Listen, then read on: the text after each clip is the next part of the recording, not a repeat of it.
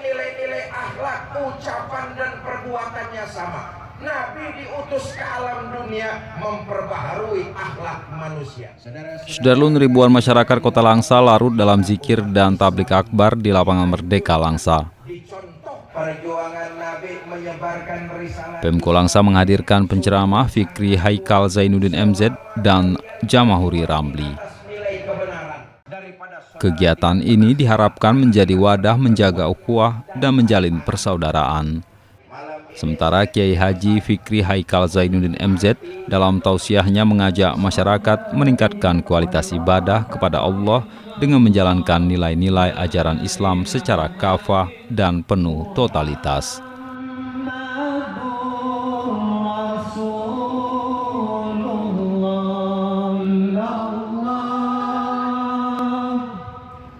Dari Langsa, Zubir, Serambi On TV.